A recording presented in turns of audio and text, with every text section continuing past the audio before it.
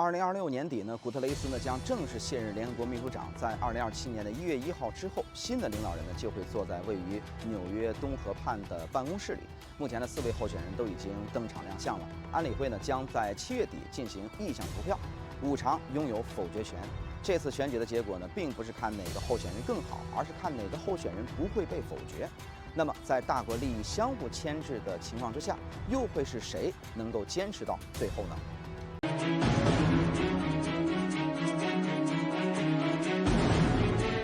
大家好，我是謝飛啊，歡迎來到今天的謝飛觀察。那麼，古特雷斯沒有得到連任的原因是什麼呢？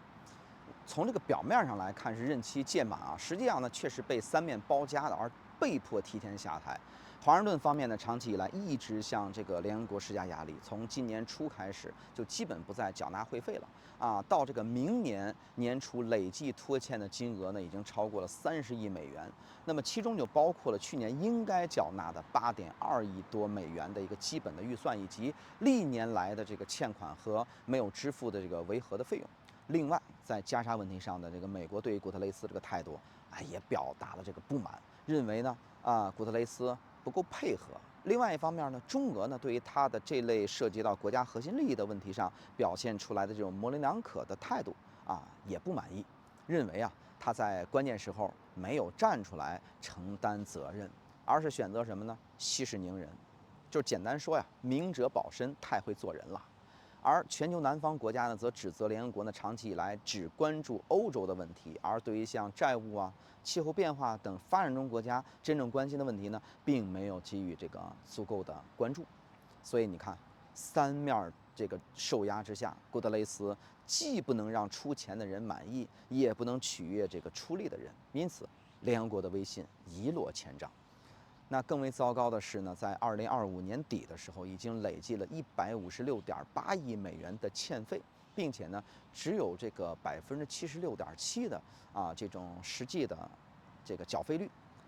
古特雷斯呢自己也承認，按照這樣的趨勢下去的話，聯合國的資金會在2026年7月份之前用完，因此他只能提出把這個2026的預算減少15.1%，降到了32.38億美元。那人員的這個編制就減少了18.8%，那麼就減裁了將近2700個工作崗位秘書長這個位置上坐的人，不管是誰都會感覺到是個燙手山芋。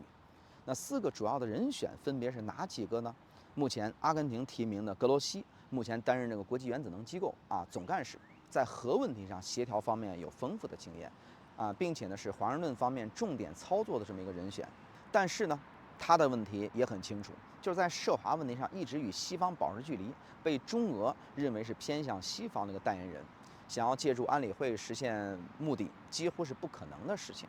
智利前總統呢巴切萊特呢是由智利、巴西和墨西哥3國於2026年2月2號共同推薦的，曾經呢2次擔任過智利總統的職務並且呢還曾經擔任過聯合國人權高專一職具有很高的一個國際的資歷但是呢他在人權問題上的某些言論，使得我們這邊有所顧慮而且華盛頓方面呢也對他不太感冒。2026年的3月25號呢，有28位的這美國共和黨議員聯名給國務卿寫信，以支持墮胎權利為由，要求使用否決權來阻止他當選。背後的這個真正原因，則是他不願意在美國對華問題上配合美方的這個敘述。那麼這個哥斯達黎加的前副總統格林斯潘，目前擔任聯合國的貿發會議的秘書長，曾參與烏克蘭糧食外運協議的談判，路線比較溫和並無明顯的硬傷。但是有一個問題，這個格林斯潘他的國際聲望比較低，在大國眼裡邊他的分量不大。那麼塞內加爾的前總統呢，叫做這個薩勒，他由這個布隆迪以非盟的輪值主席的身份進行提名，執政了12年，主要關注呢發展中國家的利益。但是就連自己的國家塞內加爾都沒有公開支持他參加這個競選，並且呢還有被指控行使職權、侵犯人權的這麼一種這個嫌疑，就根基不穩。那中方的立場非常明確。2025年的11月13號呢，在聯大的辯論裡邊，中方代表這個表示秘書長的選舉呢要按照聯合國憲章以及現有的程序來辦，不能夠有故意打破常規、人为造成分裂的行为。那中方的主要標準呢，可以用4個字兒來概括，就是遵守憲章，能力強，公正無私，盡職盡責。也就是說，不偏袒任何一方，具有大國協調能力，重視發展中國家的利益，敢於推進聯合國的改革。根據這個原則來篩選的話，那麼格羅西呢，因為明顯站在西方一邊，大概率會被中俄給否決。而這個巴切萊特這個由於人權問題存在爭議，所以呢會受到中美兩邊的一個夾擊。相比之下，格林斯潘和薩勒的態度，他比較中立，被否決的可能性較小。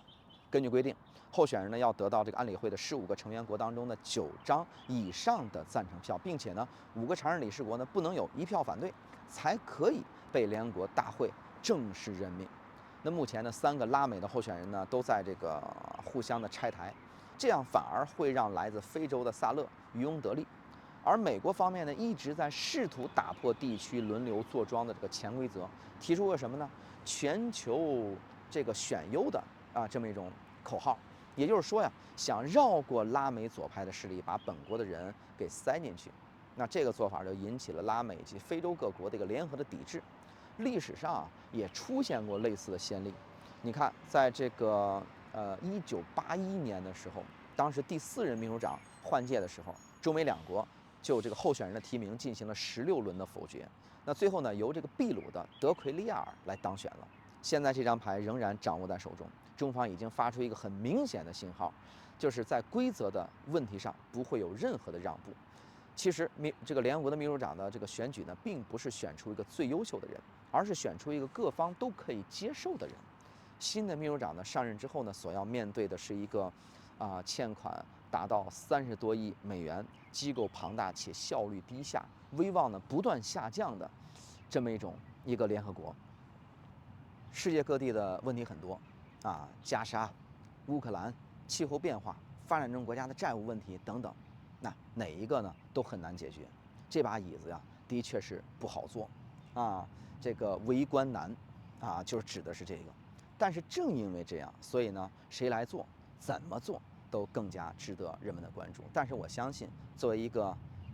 聯合國的秘書長，甚至被俗稱為地球酋長的這麼一個，雖然看似是一個沒有實權，但是呢，在名譽上、形式上卻掌握着最大權力、最高級別的這麼一個官職，我相信還是很誘人的，還是有很多人會想去爭取的。那麼最後到底花落誰家？最後誰來當選呢？我們也會持續關注。那麼最後等結果出爐的時候，謝飛呢也會在我的頻道裡邊給大家再做最新的解讀。好了，感謝收看今天的謝飛觀察，希望各位能點讚關注，我們下期節目再見。